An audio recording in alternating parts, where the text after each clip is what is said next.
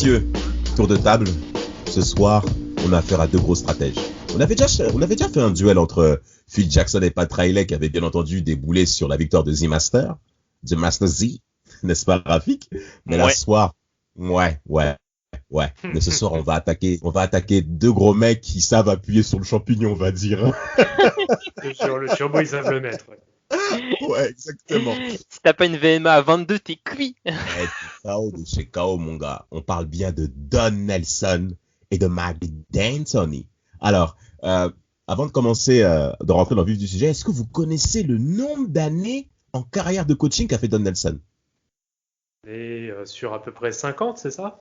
50 ans de basketball, 50 ans, pile. 14 ans de carrière en tant que joueur et 36 ans de carrière de coaching. Alors, effectivement, en revenir sur le coaching, là, on a affaire à un mastodonte, Vlad. Oui, mastodonte et surtout un grand visionnaire du basket dans la globalité. Pour faire très simple, c'est un coach qui a su imposer une philosophie dans les années 80, à partir même des années 70, qui correspond au basket de nos jours. Pour faire très simple, c'est ça en fait le truc. Non, on a affaire à quand même un très gros monsieur, Rafik. Franchement, Don Nelson, c'est une figure emblématique de l'NBA. Clairement. En plus, si on aime beaucoup le basket d'aujourd'hui, on aimera Don Nelson. Hein. Il a été pionnier dans la NBA. Il a été pas créateur, ou peut-être créateur de choses comme le small ball, dans le jeu avec un rythme très élevé. Il n'hésitait pas à l'utiliser dans des périodes où le jeu lent était dominateur. Bon, la période 70-80, c'était une période de jeu très rapide, du coup il était clairement en phase, mais sinon il utilisait aussi cette façon de jouer même dans des périodes où c'était un autre type de jeu qui était prôné en NBA. En effet. En tout cas, ce soir, on attaque vraiment à une grosse figure de la NBA, figure même au niveau de son ventre. Et je sais pas si vous avez déjà capté son bide. Il a perdu en plus depuis, parce qu'il avait eu des soucis de santé, je crois. Oui, il avait des gros soucis de santé, mais moi, c'était en carrière déjà quand il coachait Dallas. Mais purée, son beat, il me régalait. J'ai l'impression de me voir dans 20 ans, en vrai. Non, mais franchement, j'espère pas pour toi, franchement, je t'en prie, Vlad. Mais par contre, il a fait des efforts parce qu'en fait, je crois qu'il est dans un champ de ferme de cannabis. Son fils, qui est président des opérations basket de Dallas Mavericks, bien entendu, avait mentionné que son père se débrouillait très très bien pour sa retraite, cannabis, le mec il se régale et tout, et pas mal de randonnées. Mais de l'autre côté, on a affaire également à Monsieur Pringles. Hein, Rafik? Monsieur Pringles. Il a la même tête. La même ganache, le même sourire. Les mêmes yeux, la même moustache. Pareil. C'est trop. Photomontage oblige. Mike D'Antoni et Rafik. Allez, on y va. Ah bah Mike D'Antoni, c'est le coach qui a poussé certaines idées d'il y a 20 ans, 30 ans, comme celles installées par Don Nelson. Il les a reprises et les a poussées à l'extrême. Vraiment, par exemple, le small ball.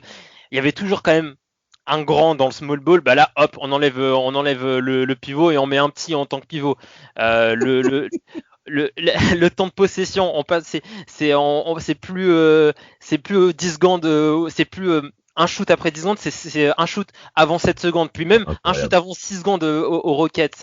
Il a vraiment poussé au paroxysme certaines idées NBA.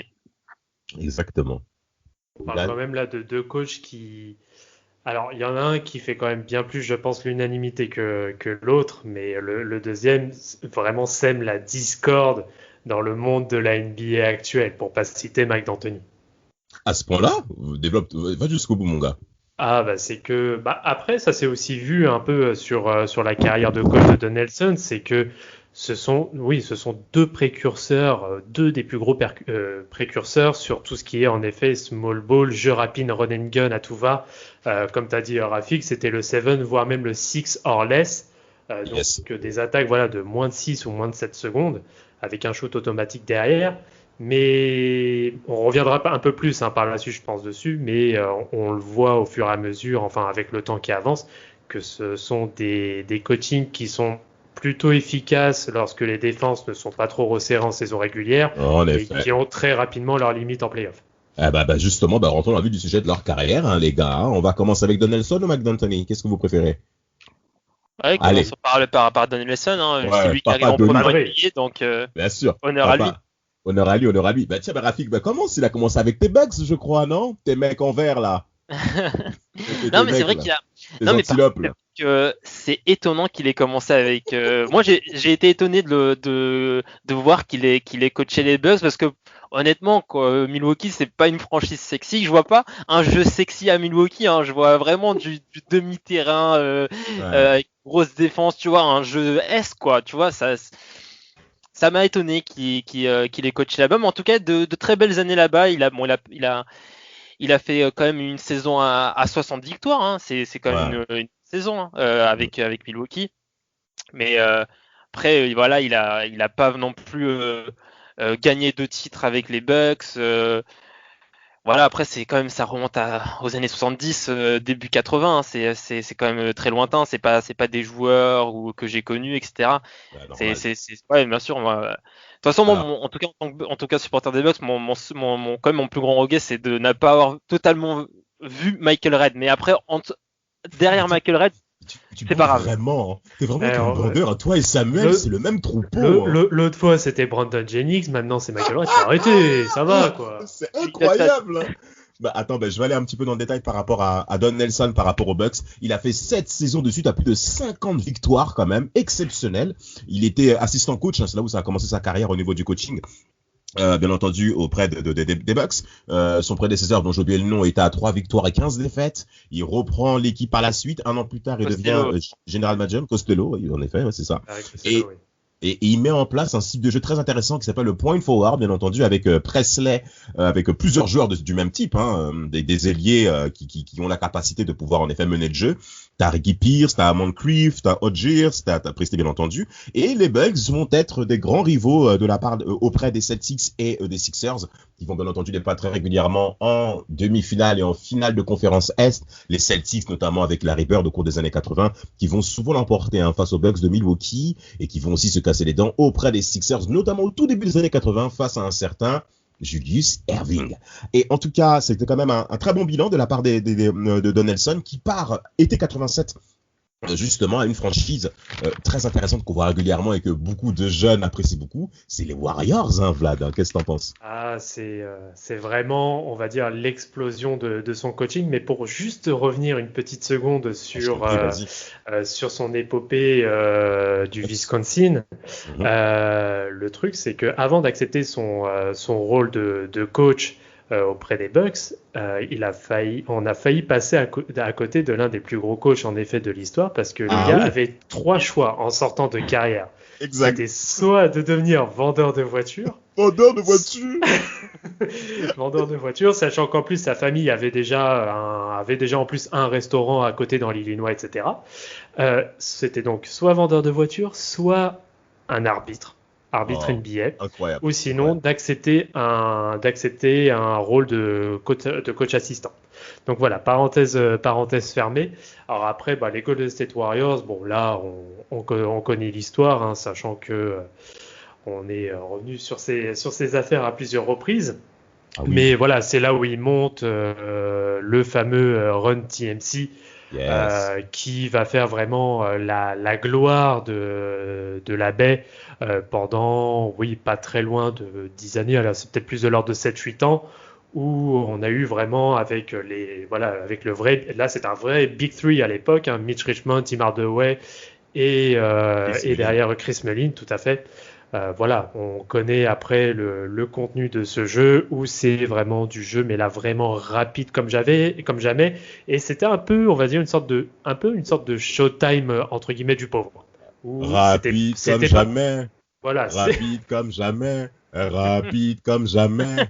Rapide comme jamais. Mais, comment tu veux que je rebondisse derrière ça?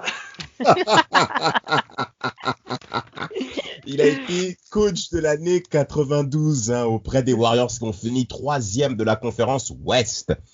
troisième de la conférence Ouest. Alors, ils se font surprendre, ils se font slipper par les Sonics 92 3-0 au premier tour. Mais il a été également coach de l'année en 83 et 85, monsieur Don Nelson.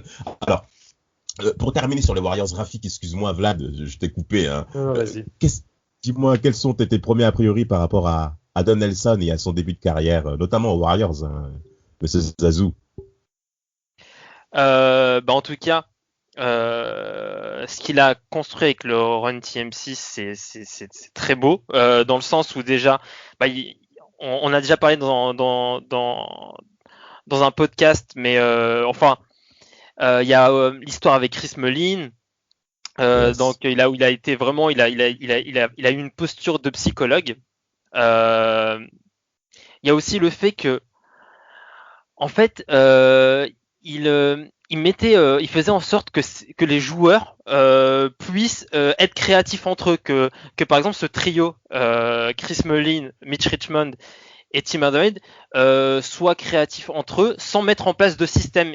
Tant que ça se passait bien, ils ne mettaient pas de système en place. En fait, il développait ses joueurs de sorte à ce qu'ils puissent produire du jeu ensemble, sans imposer de système. Et ça, c'est une grosse marque de confiance aussi en lui-même, de laisser quand même ses joueurs s'exprimer. Et c'est ça que je retiens de Don Nelson. Il y a des coachs en NBA ou même dans d'autres sports qui ont peur de faire confiance aux joueurs, mais il faut aussi faire confiance aux joueurs. Exactement, et ça, il l'a très bien fait, je trouve. Oui, de toute façon, ça se traduit vraiment sur tout le long de sa carrière, où il a eu en effet toujours quand même des rosters avec des joueurs de talent. Ça, il faut dire ce qui est entre Nash, Nowitzki, Baron Davis, etc. Mais c'était beaucoup plus, moi je trouve, alors en dehors du playmaking qu'il pouvait proposer, c'était surtout aussi un excellent manager. C'était quelqu'un qui était capable de mener ses hommes et réussir à trouver justement une cohésion dans toutes les équipes qu'il a réussi à mener. Et ça, c'est quelque chose de très fort que tout le monde n'arrive pas à le faire, notamment sur toute une carrière. Exactement, c'est bien que tu parles de ça. Alors, le bilan avec les Warriors, c'est qu'il fait 4 séries de playoffs en 6 ans. D'accord. Après son départ en 95, les Warriors ne feront plus les playoffs jusqu'à 2007. Donc, il y a même 95, très sauvé 95 sa démission. Embrouille avec Chris Webber. On sait très bien que Don Nelson est quelqu'un d'assez caractériel aussi. Il aime bien avoir la main mise. Pourquoi je me permets de dire ça? Parce qu'aux Warriors, il arrive et il devient head coach, bien entendu, et vice-président. Et il va même devenir actionnaire minoritaire des Warriors. Donc, été 88, il s'est passé pas mal de choses de la part de Don Nelson, où concrètement, il a la main mise par rapport à la franchise qu'il a en place et qui va mettre en place sa stratégie de jeu, comme vous l'avez parfaitement détaillé. En tout cas, on peut faire le lien un peu avec Mike D'Antoni. C'est que là, on a affaire cette fois-ci à un véritable homme de terrain qui commence cette fois-ci en Europe, par rapport à Mike D'Antoni. Est-ce que vous avez des références là-dessus avant de rentrer sur la période des Suns? Les références de Mike D'Antoni en Europe? Ouais, il y a pas mal de choses quand même. Mais bien sûr, mais de toute façon, en tout cas en tant que joueur, sa plus grosse carrière, elle est en Europe, elle est pas en NBA. Il a gagné deux fois l'Euroleague avec Milan, l'Olympia de Milan, qui va ensuite coacher pendant 4 ans, où il va juste gagner juste entre guillemets, il va gagner une coupe Korak, mais dès sa première saison, il va aller en finale de play-off de la Lega, parce que le championnat italien, c'est pas non plus un petit championnat de basket en Europe, c'est mieux que le championnat français en tout cas. Ouais, en tout cas, les clubs italiens ont un plus gros palmarès, que ce soit en Euroleague ou en Eurocup, que les clubs français. Tiens, comme au foot. Enfin bref, Milan, donc Coupe Korac, Milano Empio, Coupe Korac en 93. Coupe Korac, également une coupe européenne, pour préciser, parce que c'est pas une coupe connue, la Coupe Korac. Tout à fait. Après, il y a le Benetton Treviso aussi, où il est également performant au niveau du coaching, avec pas mal de titres. En 97, il est champion d'Italie ainsi qu'en 2002. Il gagne également la Coupe d'Italie en 95 et bien entendu la Coupe d'Europe FIBA en 95 de Benetton Treviso, qui est une grosse tête en Italie, qui est vraiment un très très gros club, et même à l'échelle européenne. Donc Mannotoni a une très très belle carte qu'il a conçue en Europe, et il va commencer à tenter sa chance, Vlad Mannotoni à son tour maintenant. C'est lui un peu qui a ouvert grandement, on va dire, la porte aux coachs européens à s'exporter en NBA. Comme on peut voir, on a eu des grands noms comme Ettore Messina, comme l'ancien coach des Cavaliers, ça y est, j'ai perdu son nom. Bon, enfin bref, David Blatt, merci. Voilà, qui sont des coachs qui ont un sacré pédigré, un sacré palmarès en Europe. Bon, après, qui ont plus ou moins réussi. Mais voilà, c'est quelqu'un qui a apporté, donc à partir de 2002, une nouvelle, on va dire un nouvel air, enfin un nouveau bol d'air frais, notamment à Phoenix, qui était un petit peu je vais pas dire en déperdition, mais qui avait besoin d'un nouveau souffle justement. Par la suite, il y aura le transfert de Stephen Marbury, Penny Hardaway qui était vraiment au bout du bout. Et par contre, voilà, le nouveau bol d'air frais, c'était avec notamment la draft d'Amaris Stoudemire, à qui on avait absolument besoin de lui donner un meneur qui est capable déjà de le faire courir, parce que Stoudemire, athlétique qu'il est, s'il n'a pas quelqu'un pour le servir correctement, notamment sur un jeu en transition, malheureusement, il est un peu inoffensif. Et il y avait ça, et il y avait aussi à côté un All-Star qui s'appelait Sean Marion. Donc voilà, c'était des mecs hyper athlétiques sur lesquels on avait absolument besoin d'avoir on va dire, un vrai chef d'orchestre.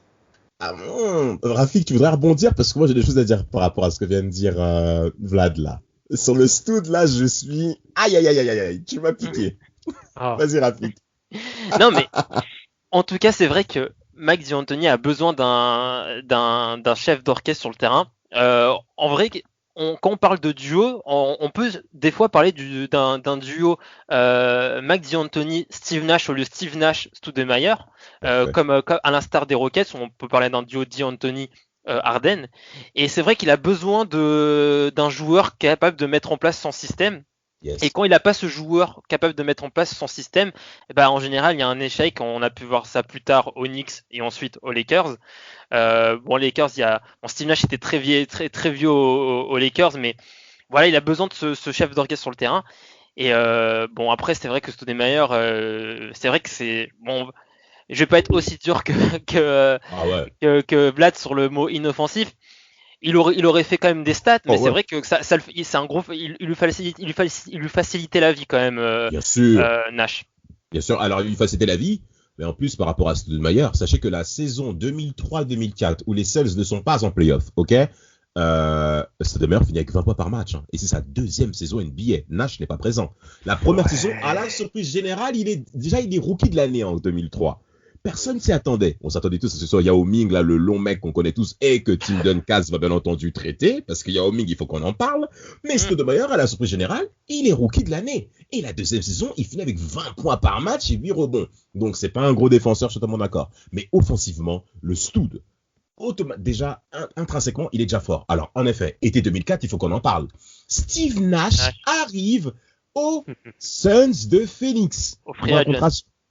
En tant que free agent, parce que M. Mark Cuban a fait la dure d'oreille à l'encontre de Dirk Nowitzki et de Don Nelson. C'est là le lien entre Don Nelson et Monsieur de McDantoni. C'est que McDantoni dit alléluia, Steve Nash est venu. Alors, il faut quand même rebondir sur le fait que c'était Brian Colangelo qui était général manager des Suns à l'époque. Il a fait venir de l'Europe, qu'il a fait venir en tant qu'assistant manager. Ça se passait pas bien au niveau des Suns.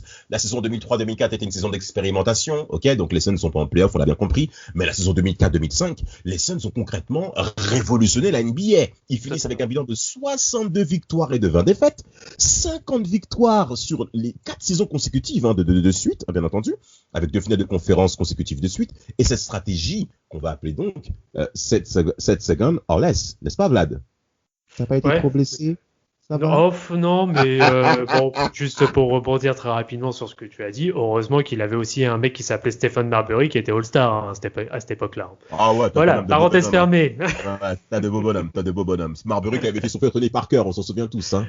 Ouais. D'accord? Et voilà, alors après, l'équipe est quand même renouvelée, et là, faut dire ce qui est le roster des Suns à partir de 2005-2006, c'est quand même plutôt sexy. Voilà, il y a donc toujours Stoudemire, Nash, Sean Marion. Il y a aussi, à l'époque, t'avais des hommes de devoir aussi. T'avais des Rajabel, il y avait aussi Voilà, Q, voilà, il y avait aussi, ça y est, j'ai zappé son nom.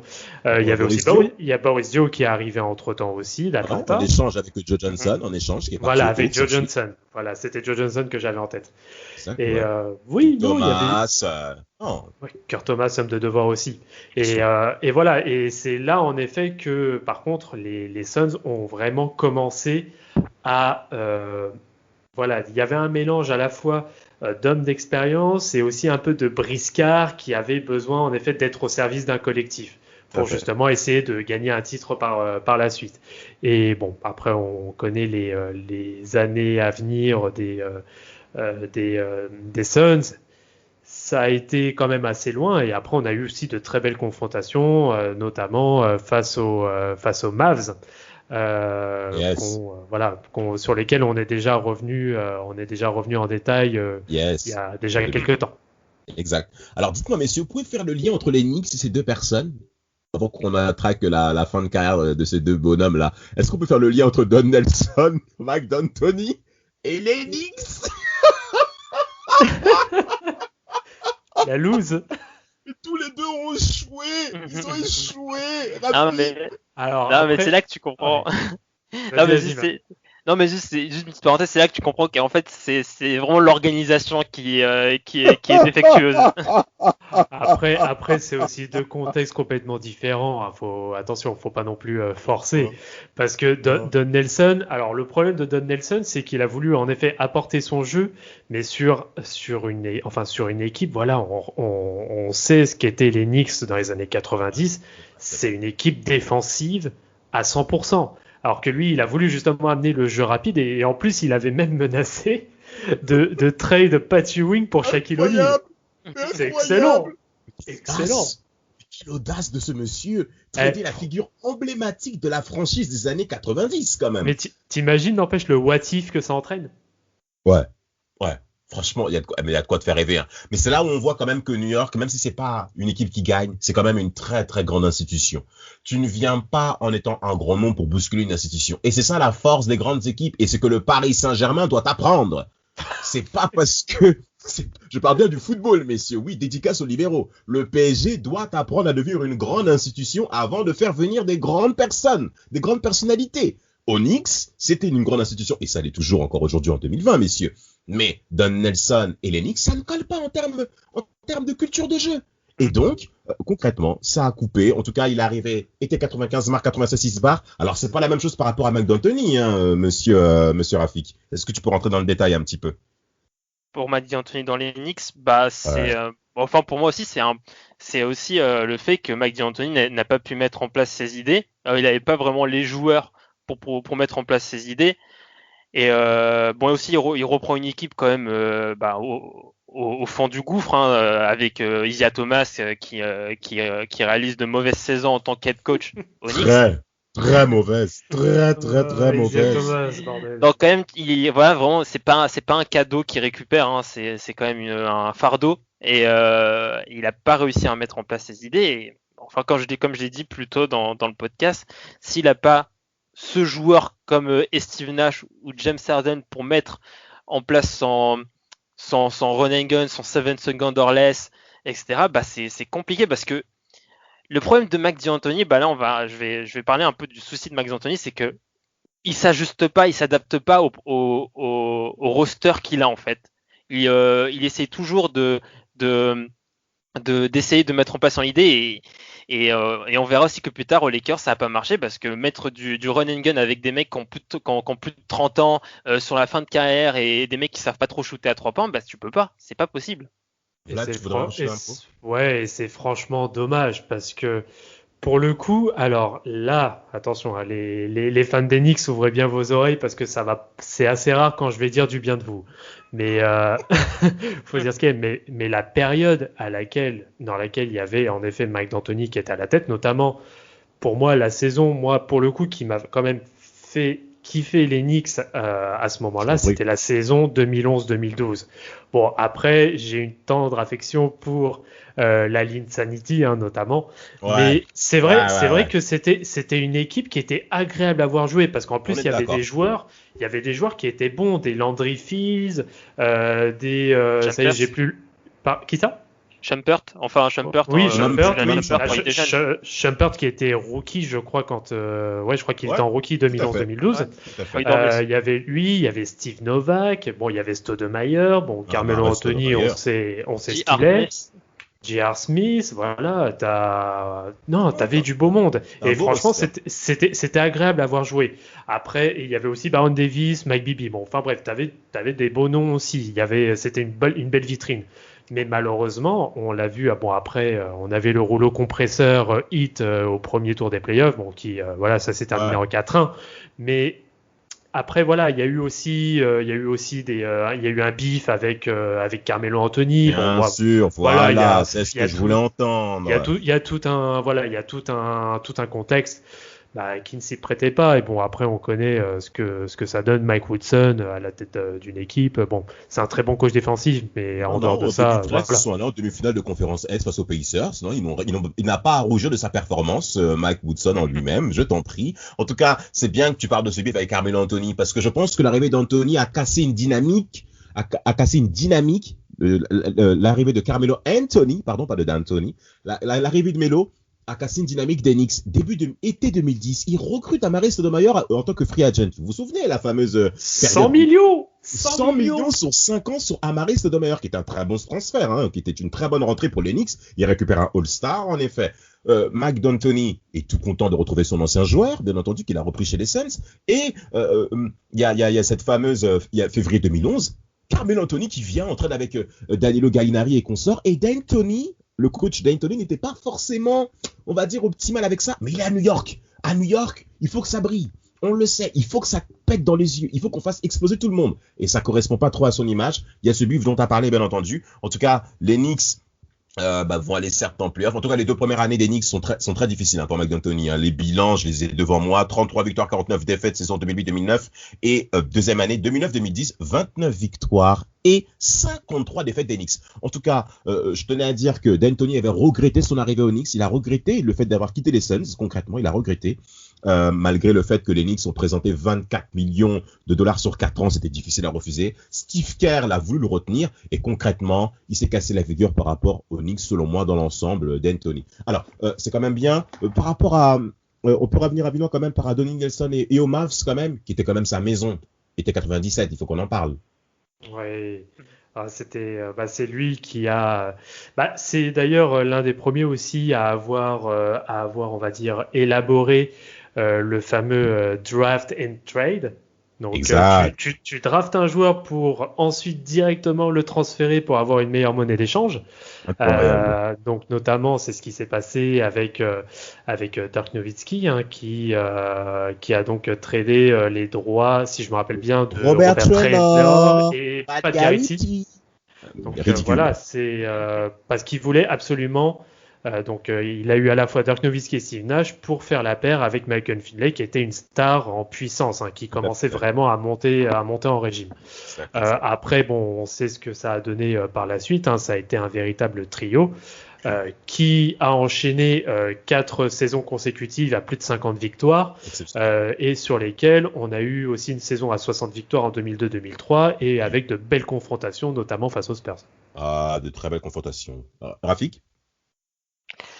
En fait, si les Mavs ont été dominants sur une bonne partie de la décennie 2000-2010, c'est surtout grâce à Don Nelson, qui est l'initiateur déjà du trio Nowitzki, Nash, Finley.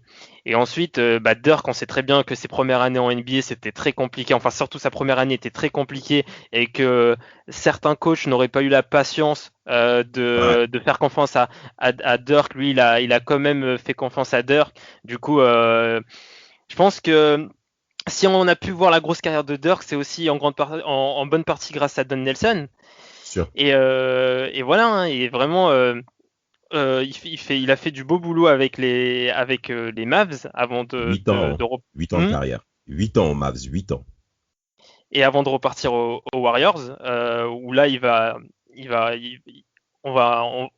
va créer ce We Believe, il va prendre ces revanchards là, les Steven. Il en a parlé au début de ce podcast, Vlad, sur comme il est capable de créer de la motivation au sein d'une équipe. Bah, c'est ce qu'il a fait. Il a très bien fait avec les Warriors We Believe, avec des revanchards comme Baron Davis, Stephen Jackson. Voilà. À Larrington, exactement.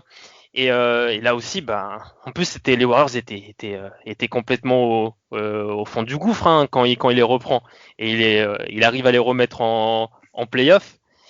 Donc ouais, vraiment, en tout cas, c'est vrai que cette décennie 2000-2010 de Don Nelson est vraiment pas mal. Même si elle est pas titrée, elle est pas mal. En fait, c'est pas un loser en tout cas. Non, absolument pas. Il faut quand même mentionner, pour terminer avec les Mavs, le départ de Sidney lui a fait très mal. Il avait vraiment perdu. Il y avait une cassure avec Mark Cuban.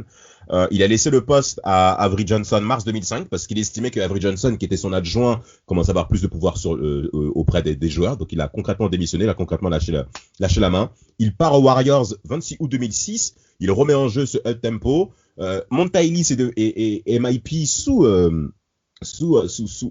Monsieur Donny, et concrètement la fin de saison 2006-2007 est exceptionnelle avec, en termes de saison régulière, 16 victoires et 5 défaites, ce qui amène les Warriors en playoff avec ce fabuleux premier tour qu'on a bien entendu et qu'on va bien entendu évoquer. En tout cas, par rapport à Mike D'Antoni, les Lakers concrètement, on peut dire que c'est quand même un échec. Parce que non, mais pourquoi tu commences à rigoler? Pourquoi tu commences à rigoler? Non, mais est-ce que ça vaut réellement le coup d'aborder ce sujet? Non, mais en vrai, il n'y a aucun enseignement à tirer. Non, ah oui, non, c'est juste une catastrophe. Non, mais c'est une catastrophe. Et moi, j'ai envie de finir Dwight Howard lorsqu'on fera un prochain podcast, les gars. Dites-well, il va tout prendre sa race. Moi, je vous dis ce mec-là. Non. Parce qu'au début de sa carrière. Dur avec lui. Non, mais attends, au début de la carrière, il faisait le mec pasteur. Ouais, j'ai des pasteurs, Jésus-Christ, il est mort à la croix. Attends, mon gars, moi, je vais te finir, poteau. Je vais te finir. En tout cas, j'ai pas apprécié de la part de Mike D'Antoni avec Pogazol, le fait qu'il le sort du banc, c'était vraiment pas ça. Kobe Bryant a vraiment très mal pris. Et puis sa période aux Rockets, par rapport à Mike D'Antoni, les gars, on peut le dire, ça va dans tous les sens. Mais moi, je veux revenir sur toi un peu, Rafik. Juste un tout dernier mot, c'est par rapport à... Tu connais la stratégie, le Murray Ball? Le Murray Ball? Ça me dit quelque chose. Si on parle de mettre en place un jeu axé sur les statistiques, donc oui, je comprends le Murray Ball, c'est-à-dire on bannit le mid-distance, on shoot à outrance à 3 points, ou sinon on va chercher le lay-up pour obtenir soit le point ou soit des lancers francs. En fait, on transforme le basket dans de la rentabilité statistique. Exactement. Catastrophique. En tout cas, il va devenir coach de l'année 2017, notre Mister Mike D'Antoni. 2005, il a été sous le second or less. Murray Ball à nouveau en 2017, il va le devenir avec le fameux Daryl Morey, le GM des Rockets, en tout cas à cette époque. Et les résultats des Rockets vont être impressionnants en termes de scoring, en termes de résultats, en termes de bilan. 25 victoires, 55 victoires, 27 défaites à la première saison. Donc il va être coach de l'année. 2017-2018, 65 victoires, 17 défaites. Et la saison 2018-2019, 53 victoires et 29 défaites. Concrètement, James Harden est devenu James Harden sous Mike D'Antoni. Donc là, les gars, question finale. Vous choisissez qui? Lol. Il y a même, alors pour moi, il y a même pas de débat. Vous êtes dur quand même. Non, c'est dur avec Mike D'Antoni quand même. Jours. Mais c'était dur avec Mike D'Antoni quand même. Pourquoi je suis dur avec lui? Non, par contre, tu peux préférer Don Nelson. Il n'y a pas de souci. Mais il n'y a pas de débat. Je trouve que c'est dur. Non, franchement, il n'y a pas de débat. Moi, je vais te dire pourquoi il n'y a pas de débat. Tout simplement, Don Nelson, à chaque fois, il reprend des équipes qui sont au fond du gouffre. Merci. Et il arrive à les remettre au premier plan. Moi, ça s'arrête là. Parce qu'on lui donne les clés. Ah oui, parce qu'on lui... Non, mais alors, il y a ça, on lui donne les clés. Et la grosse différence par rapport à Mike D'Antoni, c'est surtout que c'est le coach qui arrive à s'adapter à ses joueurs. Et pas l'inverse. C'est pas les joueurs qui doivent s'adapter à son jeu. Pour le coup, je te prends le cas des Rockets. Certes, James Harden, il a un rendement de bâtard. Faut dire ce qui est. Mais ça ne gagne pas. Ça ne gagne pas. Alors, en plus là ce qu'on a eu cette année avec avec une moyenne de taille du 5 de départ qui est 1,98. Non, faut sérieux. Non mais ça, non, faut arrêter le massacre. PJ Tucker, pivot. Non mais voilà. Non mais voilà, plus sérieusement, non, Don Nelson, il a vraiment réussi à prendre des équipes qui étaient, comme je disais, vraiment au fond du gouffre et qui a réussi vraiment à leur redonner une âme. C'est surtout ça en fait le truc. Et en plus, en bonus, pouvoir les remettre vraiment au premier plan de vraiment des vitrines NBA, parce que tu prends les Warriors, les gars, ça faisait 11 ans qu'ils n'avaient pas connu une série de playoffs. 13 ans. Ouais, voilà, ouais. 13 ans. Et on sait maintenant ce que ça a donné avec We Believe. Et je suis désolé, c'est vraiment le fruit de son travail, plus bien sûr des joueurs. Et c'est vraiment cet esprit qu'il a réussi à fédérer. Moi, en tout cas, c'est vrai que en tant que coach, Don Nelson, quand même, ce qu'il a fait, c'est vrai que c'est plus fort que Mike D'Antoni. Ça demande beaucoup plus d'humain, entre guillemets. Mais quand même, Mike D'Antoni a créé des choses en NBA, a poussé des choses, bon, des fois peut-être de manière trop extrême, mais il a tenté des choses, et il y a au bout d'un moment Rockets ce qu'il a tenté. Et ce qui a fonctionné en saison régulière, il y a beaucoup d'équipes qui ont repris ces idées, c'est-à-dire un rythme très rapide, shooter très rapidement à 3 points, ou le spacing aussi, c'est quelque chose que D'Antoni a poussé. Donc quand même, Mike D'Antoni, c'est quelqu'un qui est avec plein d'idées. Il y a des coachs qui sont sans idées, lui on peut pas dire qu'il a pas d'idées. Donc pour moi, c'est pour ça que ça reste quand même un très bon coach NBA, même s'il n'est pas titré. C'est en tout cas un coach avec ses idées. Bon, la façon dont il coach, on sent qu'il est prêt à mourir pour ses idées et qu'il ne s'adaptera pas au contexte ou aux joueurs. Ça, c'est sûr. Rien à foutre. C'est ses idées. Si je prends une balle dans la tête avec mes idées, tranquille, je la prends, mais non, ça, je changerai pas. C'est ce qui est dommage. On va dire, pour moi, c'est ce qui est dommage pour Mike D'Antoni. Je pense que s'il avait ce petit degré d'adaptabilité, il aurait pu avoir un titre, je pense.